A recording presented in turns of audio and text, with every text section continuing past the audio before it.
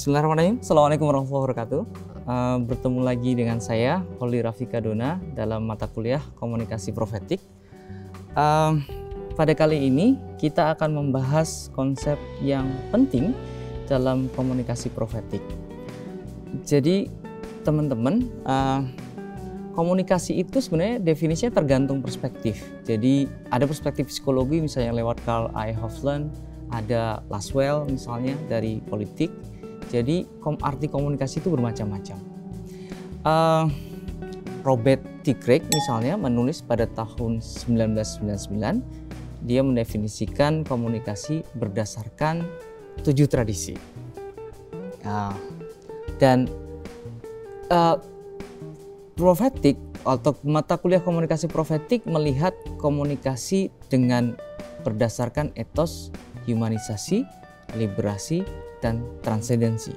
3 etos tersebut yang penting. Nah, ini sesuai dengan semangat dari penganjur gagasan ilmu sosial profetik Dr. Kunto Wijoyo. Dan dengan 3 prinsip ini, maka komunikasi pada akhirnya berorientasi pada perspektif yang kritis sebenarnya. Nah, masalahnya kemudian adalah biasanya Islam itu melihat komunikasi dengan cara yang normatif, sehingga kurang kritis. Misalnya kita sering mengenali bahwa Islam itu harus sopan santun, baik, luhur, dan lain sebagainya. Jadi adakah kemudian pandangan Islam bahwa komunikasi itu harus kritis? Nah, kira-kira kali ini kita akan membahas dasar yang kita jadikan sehingga Islam itu punya kritisisme dalam melihat komunikasi. Nah, lewat Kunto Wijoyo, dia melihat bahwa Quran itu sebenarnya bisa jadi dasar atau teori untuk melihat fenomena sosial. Nah, dia mengusulkan 2 gagasan tentang konsep sintetik analitik dan struktural transendental. Nah, kira-kira sintetik analitik itu gampangnya bahwa ayat Al-Quran itu punya istilah khusus untuk menyebut fenomena sehingga kita bisa memahami fenomena tersebut dengan cara yang lain.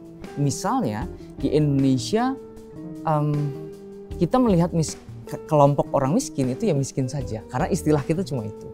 Tapi kalau misalnya dalam Islam kita tahu ada yang fakir, ada yang miskin. Nah, ini kira-kira gampangnya contoh konsep sintetik analitik. Nah, kalau di Quran, kalau komunikasi kan ada qaul, perkataan, kemudian ada kalimah, ada lafadz. Nah, kalau tidak salah, salah satu penulis tentang komunikasi Islam, Harjani Hefni, kemudian melihat komunikasi dengan cara ini berdasarkan ayat Al-Quran, lafadz, qaul, dan kalimah tersebut. Nah, tapi ada satu hal yang kemudian diusulkan oleh Kunto, bahwa Al-Quran itu punya archetype. Archetype itu kisah-kisah masa lalu yang bisa menjadi dasar kita melihat masa sekarang. Misalnya ada Fir'aun lawan Musa misalnya. Jadi Fir'aun itu mewakili orang-orang yang takabur, yang berlebihan. Sementara Musa mewakili dia memimpin kelompok tertindas misalnya. Nah, ada kisah tentang arsitektur misalnya, tentang Haman yang diminta oleh Fir'aun untuk membangun bangunan atau gedung yang sampai langit untuk melihat Tuhannya Musa, katanya begitu. Nah, untuk komunikasi ada nggak sih cerita komunikasi di Quran? Tentu saja tidak ada istilah komunikasi di Quran karena istilah itu hanya muncul ketika tahun 1950-an setelah Perang Dunia Kedua kira-kira. Nah, tetapi ada kisah tentang tindakan komunikasi di ayat Al-Quran. Nah, saya kemudian berusaha melihat ayat ini sebagai cara Islam melihat komunikasi. Ayat tersebut adalah Quran Surah Al-Baqarah ayat 30-34. Nah, itu adalah peristiwa ketika para malaikat ini bertanya pada Allah, ya Allah, kamu mau menjadikan khalifah lagi di atas bumi? Terus Allah bilang, iya. Tapi apakah kamu ingin menjadikan mereka yang sudah menumpahkan darah? Gitu. Dan kemudian pada peristiwa selanjutnya Adam kemudian, yaitu manusia yang diciptakan oleh Allah, dihadapkan pada malaikat. Malaikat ditanya kemudian, kira-kira ceritanya begini ya, kamu bisa mendefinisikan benda ini tidak? Nah, malaikat menjawab, wallahu a'lam, Allah yang maha tahu. Kemudian dia sebenarnya sudah alama Adam al-asma. Jadi Allah sudah mengajari Adam nama-nama. Dan kemudian disitulah keunggulan Adam ketimbang malaikat. Nah, dari konsep sintetik analitik bahwa istilah Quran itu nggak terjadi dengan sendirinya. Nah, kita bisa bertanya pada ayat Al-Baqarah ayat 31. Di situ dituliskan, dan dia mengajarkan kepada Adam nama-nama, dalam kurung benda biasanya, seluruhnya, kemudian mengemukakannya pada para malaikat, lalu berfirman, sebutkanlah kepadaku nama benda-benda itu jika kamu memang benar orang-orang yang benar. Kita bisa mempertanyakan, kenapa sih Allah menggunakan kata asma ketimbang yang lain? Jadi Allah itu mengajari Adam nama untuk menyatakan, bukan misalnya qaul. Kalau bahasa Arab artinya kata-kata. Jadi Adam tuh tidak diajari kata-kata, tapi diajari nama. Nah, ini konsep yang penting sebenarnya, bagaimana Al-Quran melihat tindakan komunikasi Adam sebagai manusia di hadapan malaikat dan di hadapan Tuhan. Nah, Al-Quran meminta kita untuk memaknai komunikasi sebagai tindak menamai sebenarnya. Nah, gini, umumnya penyebutan benda-benda dapat dicapai dengan kemampuan berpikir sebenarnya. Jadi kita diajari tentang kecerdasan atau kita diajari dengan berbahasa. Tapi Allah menyatakan Adam diajari nama-nama. Nah, ayat tersebut tidak menuliskan dengan memberi akal atau mengajari Adam bahasa atau mengajari Adam kata-kata atau bekal kemampuan lainnya. Ayat ini sebenarnya mengajarkan bahwa tindakan komunikasi Adam menyebut benda-benda di hadapan malaikat dan Tuhan haruslah kita lihat sebagai tindakan menamai. Nah, ada dua hal yang penting dalam konsep komunikasi sebagai tindakan menamai ini. Pertama, menamai bersifat konstitutif, berarti punya efek membentuk sesuatu. Jadi menamai itu tidak sama dengan mengatakan atau membahasakan. Ya, beda antara menamai dengan mengatakan. Kalau Anda mengatakan sesuatu berarti Anda, ya, sesuatunya sudah ada. Misalnya ada kursi, kita berkata kursi. Bendanya sudah ada, tetapi dengan istilah menamai, kursi itu belum punya nama. Kemudian kita namai dengan itu kursi, bukan meja. Nah, itu bedanya dengan mengatakan atau membahasakan. Gini, kemampuan menamai disebutkan dalam Quran untuk mengingatkan pada kita bahwa komunikasi manusia adalah tindakan konstitutif. Sebuah tindakan yang membentuk suatu pemahaman tertentu sebenarnya. Nah, misalnya di zaman sekarang, kita sebenarnya tidak peduli cerita itu hoax atau bukan. Ya, ada banyak cerita hoax yang kemudian bertebaran di media massa, tapi kita tetap percaya.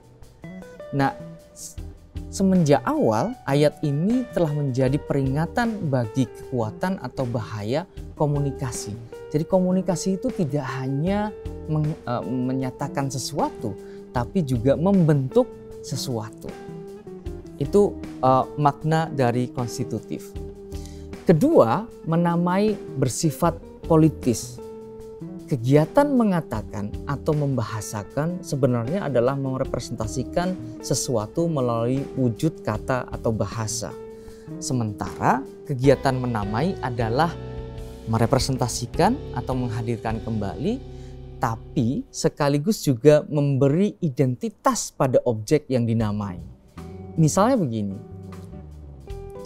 Inggris ketika datang ke Hindia Belanda waktu itu, namanya Nusantara mungkin ya, mereka menyebut orang Islam itu bukan Muslim, tapi menyebutnya sebagai Mahomedan. Jadi mereka menamai Muslim yang ada di Jawa sebagai Mahomedan. Jadi mereka itu artinya pengikut Muhammad. Itu beda dengan Muslim. Kalau sekarang kamus bahasa Inggris mengenali istilah Muslim, itu Muslim, artinya dia punya agama. Tapi kalau Mahomedan itu adalah pengikut Muhammad. Itu bisa jadi bukan agama.